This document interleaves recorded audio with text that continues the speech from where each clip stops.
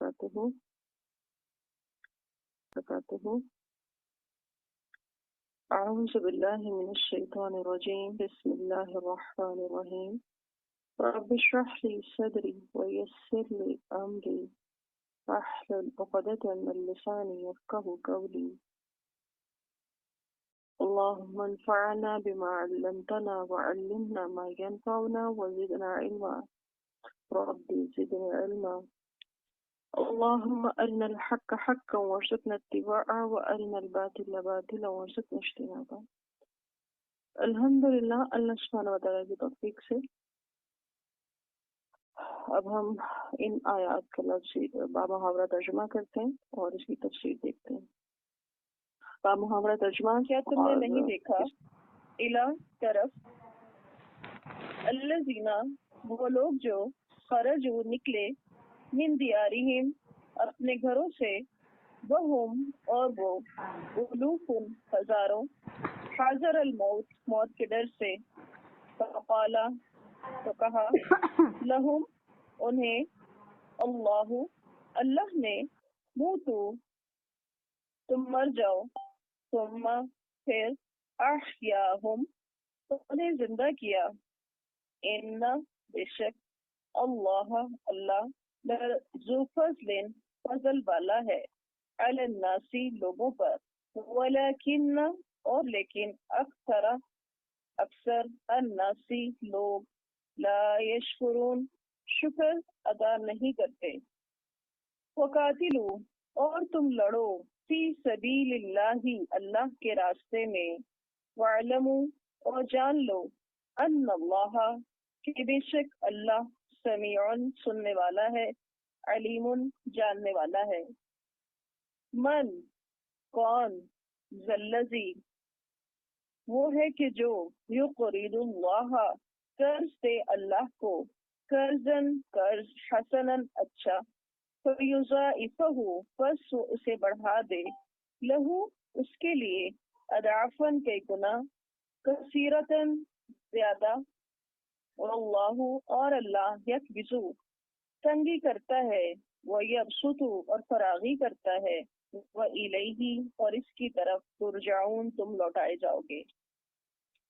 الم ترى کیا تم نے نہیں دیکھا، الی طرف الملئی جماعت کے، من بنی اسرائیل سے، من سے بعدی بات، موسیٰ علیہ السلام کے، اس جب قالو انہوں نے کہا، لنبی لہم اپنے نبی سے، ابعث مقرر کر دیں، لنا ہمارے لیے، ملکن ایک بادشاہ، نقاتل ہم لڑیں، فی سبیل اللہ اللہ کے راستے میں۔ قال انہوں نے کہا، حل کیا، عصیتم ہو سکتا ہے کہ تم، ان اگر کتبہ فرض کر دیا گیا، علیکم تم پر، القتال جنگ، اللہ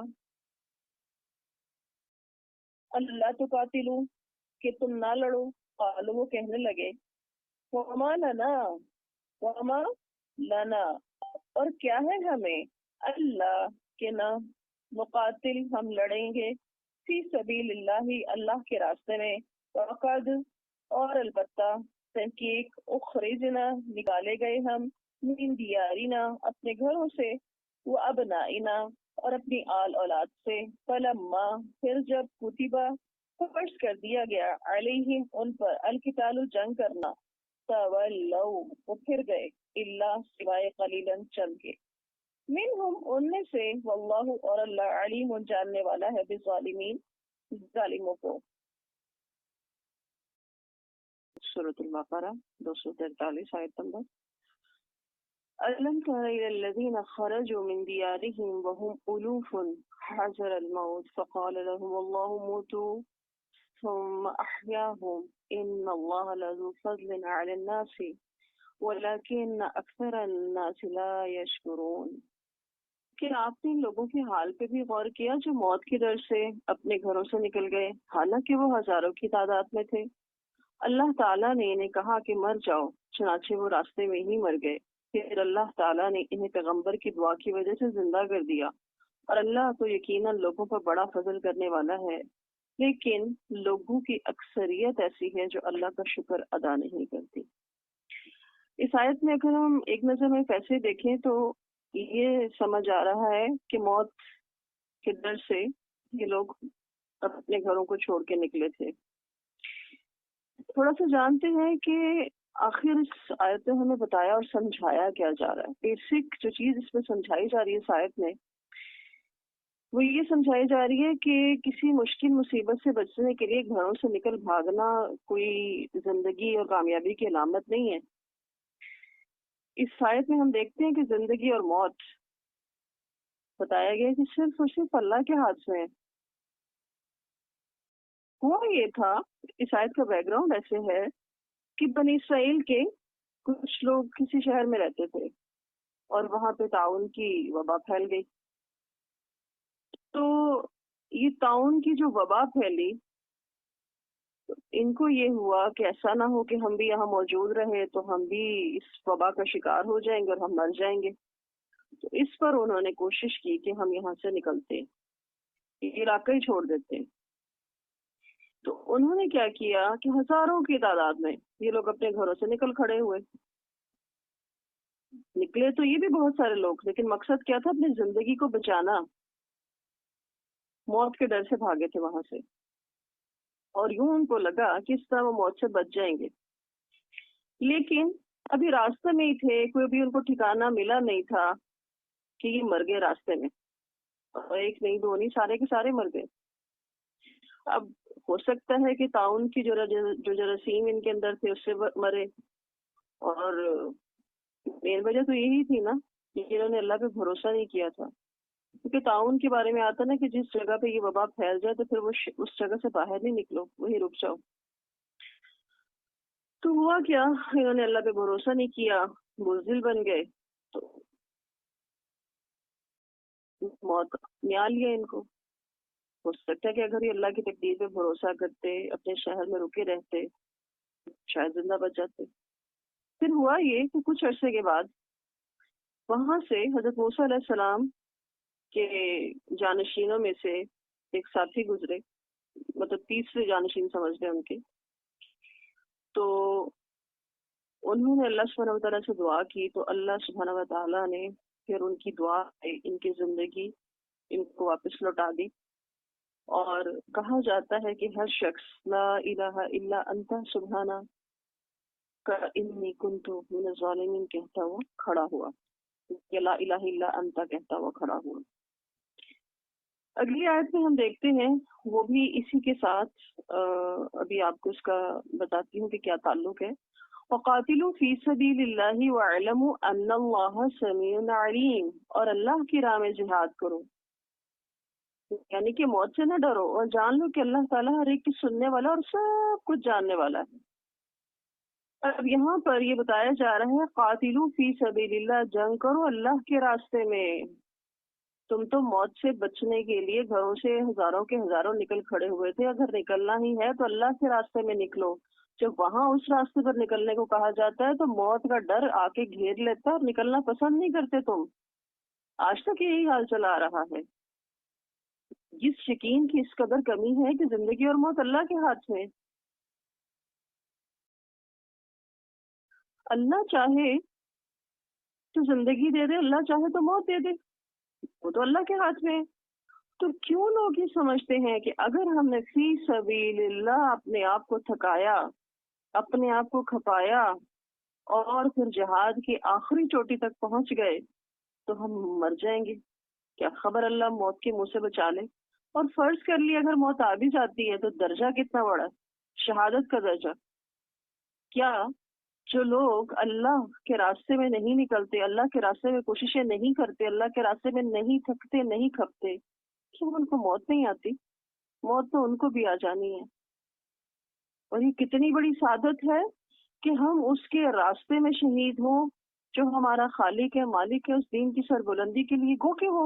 اس کا دین ہمارا محتاج نہیں ہے، ہم محتاج ہیں کہ ہم اس کام میں اپنا حصہ ڈالیں، اور اس کام کو کرتے کرتے کرتے اگر آخری چوٹی جہاد تک پہنچنا پڑے، کیونکہ جہاد صرف تلوار سے، بندوق سے تھوڑا ہی ہوتا، زبان سے ہے، ہاتھ سے ہے، نفس سے ہے۔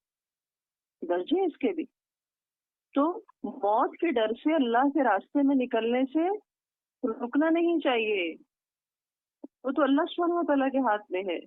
حضرت ابو ہریرہ رضی اللہ عنہ فرماتے ہیں کہ رسول اللہ صلی اللہ علیہ وسلم نے فرمایا کہ جس نے زندگی بھر جہاد نہ کیا اور نہ ہی اس کے دل میں جہاد کرنے کا خیال پیدا ہوا، وہ منافق کی صورت مرا. اور یہ مسلم کی حدیث ہے کتاب الجہاد کی، کچھ چھوٹا لیول نہیں ہے اس حدیث کا. تو سوچنے کا مقام یہ ہے ہم سب کے لیے. ٹائٹل تو ہمیں بہت اچھا لگتا ہے جو اللہ سبحانہ و تعالیٰ نے ہمیں دیا ہے کہ کنتم خیر امت اخرجت للناس تأمرون بالمعروف وتنہون عن المنکر. خیر امت محمد صلی اللہ علیہ وسلم، ٹائٹل لینا بہت اچھا لگتا ہے ہمیں. کیا یہ پتہ نہیں ہے ہمیں کہ جتنی بڑی عزت ملتی ہے تو پھر ذمہ داری بھی اتنی ہی بڑی ہے اس کے ساتھ. تو کوئی ذمہ داری بھی تو ہوگی نا ہماری. یہ تو اس وقت کے لوگوں کی بات ہو رہی ہے، لیکن یہ قرآن مجید قیامت تک کے لیے ہے. تو کیا کہا جا رہا ہے؟ وَاعْلَمُوا أَنَّ اللَّهَ سَمِيعٌ عَلِيمٌ. وہ ہماری نیتیں بھی جانتا ہے، وہ ہمارے حالات سے بھی واقف ہے، وہ ہماری سستیوں سے بھی واقف ہے، اور وہ ہماری مشکلات رکاوٹوں سے بھی واقف ہے. کہ ہم نے نفس کو رکاوٹ بنایا ہوا ہے کہ واقعی کوئی جانور رکاوٹ ہے جو ہمیں فی سبیل اللہ کچھ کرنے سے روکے ہوئے ہے. اللہ تعالیٰ سے دعا ہے کہ اللہ تعالیٰ ہم سب کو توفیق عطا کرے کہ ہم فی سبیل اللہ. ہمیں تو ہر کام کے پیچھے کوئی کام ہونا تو ہمارا دوسرا سوال یہ ہوتا ہے کہ اچھا کیا ملے گا. پتہ ہے کہ فی سبیل اللہ کچھ کریں گے تو اللہ اجر دے گا. ہمیں دنیا کی چیزیں چاہیے، کتنی اکٹھی کر لیں گے. اور یہ یقین کہ جو میرے حصے کا ہے، جو میرا ہے، وہ کوئی لے نہیں سکتا، وہ مجھ تک پہنچ کے ہی رہے گا. اس یقین نے ہمیں کتنا کمزور کر ڈالا ہے. اور پچھلی آیت میں کیا بات ہوئی تھی؟ وَلَكِنَّ أَكْثَرَ النَّاسِ لَا يَشْكُرُونَ. شکر ہی نہیں ہے ہمارے پاس. عبادت کی چوٹی ہے شکر. اپنی عبادات کو میں نے اور آپ نے چیک کر رہا ہے نا کہ میری نماز کیسی ہے، میں بہت دعائیں مانگتی ہوں، میں بہت اچھی نمازیں پڑھتی ہوں. تو دیکھیں زندگی میں شکر گزاری کتنی ہے، الفاظ میں، رویوں میں، معاملات میں. نیگیٹو سچویشنز کو بھی ہینڈل کرنا کیسے ہے، مجھے اس میں سے پازیٹیو چیز کیسے نکالنی ہے. کیونکہ ہمارے اعمال کی قبولیت کا انحصار ہماری نیتوں کے اوپر ہے. اللہ کا سمیع ہونا، اللہ کا علیم ہونا ہماری نیت کو خالص کرنے کے لیے کافی ہے. آگے اللہ سبحانہ و تعالیٰ فرما رہے ہیں آیت نمبر 245 میں من ذا الذی یقرض اللہ قرضا حسنا فیضاعفه له اضعافا کثیرہ واللہ یقبض ویبسط والیہ ترجعون. کون ہے جو اللہ تعالیٰ کو قرض حسنہ دے تو اللہ اسے کئی گنا بڑھا چڑھا کر زیادہ کر دے، اور اللہ ہی لوگوں کا رزق تنگ اور کشادہ کرتا ہے، اور تمہیں اسی کے ہاں لوٹ کر جانا ہے. پیچھے جہاد کی بات ہو رہی ہے، موت کے خوف سے باہر نکالا جا رہا ہے، اور یہاں پوچھا جا رہا ہے من، کون؟ جواب تو کیا آنا چاہیے نا، مطلب میں. اللہ تعالیٰ پوچھ رہے کون ہے جو اللہ کو قرض حسنہ دے. سوال یہ پیدا ہوتا ہے کہ قرض حسنہ ہے کیا؟ اکثر لوگ یہ بات کرتے ہیں کہ قرض حسنہ دے دیں، قرض حسنہ دے دینا چاہیے، چلو قرض حسنہ کسی سے لے لیتے ہیں. تو اس کی ڈیفینیشن ہمیں اچھی طرح سمجھ جانی چاہیے. قرض حسنہ سے مراد ایسا قرض ہوتا ہے جو صرف اور صرف اللہ سبحانہ و تعالیٰ کی رضا حاصل کرنے کے لیے فقراء کو، رشتہ داروں اور مساکین کو دیا جاتا ہے، اور ادائیگی کے لیے، اس کی واپسی کے لیے ان کو تنگ نہیں کیا جاتا، اور نہ ہی قرضہ دینے کے بعد اپنے کسی رویے سے، کسی لہجے سے ان کو جتلایا جاتا ہے، اور نہ ہی وہ قرض دینے کے بدلے ان سے کوئی فائدہ اٹھایا جاتا ہے. کہ وہ قرض حسنہ ہے. اور یہاں تک کہ جس کو یہ قرض دیا جا رہا ہے اور وہ فی الواقع اتنا ہی تنگ دست ہے کہ وہ ادا ہی نہیں کر سکتا، تو یہ قرض اس کو معاف بھی کر دیا جائے گا. اور اللہ سبحانہ و تعالیٰ کو قرض حسنہ دینے کا کیا مطلب ہے؟ اب یہ بات بھی سمجھنے کی ہے. یہ جو اللہ کو قرض حسنہ دینا ہے نا، اس کا معنی بہت وسیع ہے. اور ابھی جیسے فی سبیل اللہ کے پیچھے ہم نے ٹرم پڑھی، تو فی سبیل اللہ تو بہت سارے راستے ہیں. اسی طرح اللہ کو قرض دینا کا مطلب ہے انفاق فی سبیل اللہ، اللہ سبحانہ و تعالیٰ کے راستے میں خرچ کرنا. اور اس کے اندر اللہ کے راستے میں خرچ کرنے کی ساری شکلیں آ جاتی ہیں. فی سبیل اللہ جو کام کیے جاتے ہیں اللہ کے، اس میں اللہ کے دین کی سربلندی کا کام، اس کے نشر و اشاعت کا کام، دین کو پھیلانے کے لیے، دعوت دینے کے لیے جو وسائل، جو ذرائع استعمال ہوتے ہیں، اس کے اندر جو بھی پیسہ لگایا جاتا ہے لوگوں تک خیر پہنچانے کے لیے، اپنے حصے کا کام کرنے کے لیے، کہ حجت تمام ہو جائے، کہ کل کو یہ نہ ہو جب سوال کیا جائے کہ تمہیں پتا تھا، تم نے لوگوں کو کیوں نہیں بتایا، تو ہماری پکڑ نہ ہو جائے. کیونکہ اللہ کے راستے میں فی سبیل اللہ، اللہ سبحانہ و تعالیٰ کی دین کی سربلندی کے لیے کوشش کرنا خیر امت، اس کا ذکر قرآن مجید میں ہے، اس میں سے ہر ایک پر لازم ہے. اور اس کی دلیل میں حدیث کیا ہے؟ فرشتوں کو حکم ملتا ہے ایک دفعہ، اللہ تعالیٰ فرماتے کہ فلاں بستی میں جاؤ اور اس کو جلا کے راکھ کر دو. فرشتے پوچھتے ہیں اللہ تعالیٰ اس بستی میں تو دو بڑے ہی عبادت گزار بندے رہتے ہیں، کیا ان کو بھی ہلاک کر دیں؟ تو اللہ تعالیٰ فرماتے ہیں ان کے گھر سے شروع کرو. کہ ان کو پتا تھا صحیح بات کا، حق کا، یہ لوگوں کو بتاتے نہیں تھے. اور ہم کہتے ہیں نہیں یہ مولویوں کا کام ہے، یہ فلاں کا کام ہے، یہ فلاں کا کام ہے. ہم سب کو مل کر یہ کوشش کرنی چاہیے. اور جب اللہ کے راستے میں پیسہ لگانا ہو تو اتنی مشکلوں سے پیسہ نکلتا، اللہ کے راستے میں وقت دینا ہو تو اتنی مشکلوں سے وقت نکلتا ہے، مجھ سمیت ہم سب سے. جیسے کوئی اللہ پہ احسان کر رہے ہیں، اللہ کو ضرورت ہے ہمارے لیے، اللہ کا دین محتاج ہے جیسے کہ ہمارا. نو، قرضن حسنا، بہترین قرض، بہترین وقت اپنا اللہ کے لیے، اللہ کے دین کے لیے، بہترین زندگی کا حصہ اللہ سبحانہ و تعالیٰ کے لیے، اپنی بہترین صلاحیت اللہ سبحانہ و تعالیٰ کے لیے لگانی ہے مجھے اور آپ کو. جب تک ہم یہ کرتے رہیں گے کچھ نہ کچھ زندگی کا حق ادا ہو سکے گا. تو اب یہ جو قرض حسن اللہ کو دیا جائے گا، اس کا درجہ کیا ہے کہ اللہ سبحانہ و تعالیٰ اس کو 700 گنا تک بڑھا دیتے ہیں، اور نیت کو دیکھتے ہوئے اللہ اس سے بھی زیادہ بڑھا دیتے ہیں. پیچھے نیت کیا ہے؟ لوگوں کی واہ واہ ہے کہ میں نے یہ کر دیا، میں نے وہ کر دیا. مطلب دین کے نام پہ نا جب کام بھی کرتے تو تشہیر بھی بڑی کرتے ہیں. اللہ دیکھے گا اس کے پیچھے نیت کیا تھی، اور جب کیا تو پورے دل کی خوشی سے کیا. کیا مصیبت ہے، اچھا یہ بھی کرنا پڑے گا، وہ بھی کرنا پڑے گا، کیا کریں؟ نہیں، اللہ کے دین کے لیے خوشی سے دیں، بہترین طریقے سے دیں. اور اللہ سبحانہ و تعالیٰ اس آیت میں یہ بات بتا رہے ہیں کہ اللہ اس کو اور بڑھا دے گا، واپس لوٹائے گا اور بڑھا کے لوٹائے گا. یقین دلا رہے اللہ. لیکن انسان اتنا تھوڑی رہا ہے، اس کو یقین ہی نہیں آتا کہ میں واقعی اللہ کے راستے میں دوں گا تو مجھے اور مل جائے گا. نہیں جاتی میری صحت کہیں، نہیں جاتی میری دولت کہیں، واپس پلٹ آئے گی. ہم سب کو اپنے دلوں اور اپنی نیتوں پر کام کرنا ہے، کیونکہ اللہ مال اور شکل نہیں دیکھتا. اللہ سبحانہ و تعالیٰ تو نیتیں دیکھتے اور اعمال دیکھتے کہ بندہ کرتا کیا اور کس نیت سے کرتا.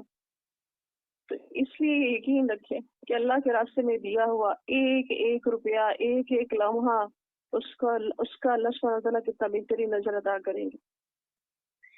پیچھے جہاد کی بات ہوئی، اللہ کے دین کی خدمت کی بات ہوئی، خرچ کرنے کی بات ہوئی. تو اب آگے پھر بنی اسرائیل کا ایک واقعہ آ رہا ہے آیت نمبر 246 میں. أَلَمْ تَرَ إِلَى الْمَلَإِ مِنْ بَنِي إِسْرَائِيلَ مِنْ بَعْدِ مُوسَى إِذْ قَالُوا لِنَبِيٍّ لَهُ ابْعَثْ لَنَا مَلِكًا نُقَاتِلْ فِي سَبِيلِ اللَّهِ قَالَ هَلْ عَسَيْتُمْ إِنْ كُتِبَ عَلَيْكُمُ الْقِتَالُ أَلَّا تُقَاتِلُوا قَالُوا وَمَا لَنَا أَلَّا نُقَاتِلَ فِي سَبِيلِ اللَّهِ وَقَدْ أُخْرِجْنَا مِنْ دِيَارِنَا وَأَبْنَائِنَا فَلَمَّا كُتِبَ عَلَيْهِمُ الْقِتَالُ تَوَلَّوْا إِلَّا قَلِيلًا مِّنْهُمْ وَاللَّهُ عَلِيمٌ بِالظَّالِمِينَ۔ کیا آپ نے موسیٰ علیہ السلام کے بعد بنی اسرائیل کے سرداروں کے معاملے پر غور نہیں کیا؟ جب انہوں نے اپنے نبی سے کہا کہ ہمارے لیے ایک بادشاہ مقرر کریں تاکہ ہم اللہ کی راہ میں جہاد کریں، نبی نے ان سے کہا کہیں ایسا تو نہیں کہ اگر تم پہ جہاد فرض کر دیا جائے اور تم لڑنے سے انکار کر دو؟ وہ کہنے لگے ایسا کیسے ہو سکتا ہے کہ ہم اللہ کی راہ میں جہاد نہ کریں جبکہ ہمیں ہمارے گھروں سے نکال کر بال بچوں سے جدا کر دیا گیا۔ پھر جب ان پر جہاد فرض کیا گیا تو سوائے چند آدمیوں کے سب ہی اپنے حید سے پھر گئے، اور اللہ سبحانہ و تعالیٰ ایسے ظالموں کو خوب جانتا ہے۔ ہم دیکھتے ہیں کہ یہاں پر بنی اسرائیل کے حوالے سے یہ بات آ رہی ہے، تو بنی اسرائیل میں یہ دستور رہا کہ جو ان کے حکمران ہوا کرتے تھے وہ نبی بھی ہوا کرتے تھے، اور انہی کے پاس مقدمات کے فیصلے آتے تھے، اور یہی اپنے لیڈرشپ کا رول پلے کرتے تھے جب کبھی جنگ اور جہاد کا وقت آتا۔ تو ہوا یہ کہ آس پاس کے ممالک میں یہ والا نظام نہیں تھا، جس کو ہم عرف عام میں خلافت کہہ لیں، یہاں پہ خلافت سمجھے نظام تھا۔ تو یہاں کی عوام نے آس پاس کے ممالک کے جو نظام ہے ان سے متاثر ہونا شروع کیا۔ ایک ہوتا ہے نا کہ اپنی چیز اچھی لگتی دوسروں کی بہت اچھی لگ رہی ہوتی ہے، تو ان ممالک کے اندر جو نظام تھا وہ دوسرا راج تھا، جس کو آپ عرف عام میں نظام ملوکیت بھی کہہ سکتے ہیں۔ ہوا یہ کہ اس ٹائم کے جو نبی تھے، جو حکمران تھے، ان کا نام سموئیل علیہ السلام تھا، اور وہ ایج کے حساب سے بوڑھے ہو چکے تھے۔ تو لوگوں نے ان سے مطالبہ کیا کہ آپ ہمارے لیے بادشاہ مقرر کرتے ہیں، حالانکہ بادشاہ تو وہ تھے ہی تھے، اور وہ بادشاہ کا مطالبہ اس لیے کر رہے تھے کہ تاکہ ہم اس کی قیادت میں، اس کی لیڈرشپ میں جہاد کریں۔ اب حقیقت میں اگر ہم غور کریں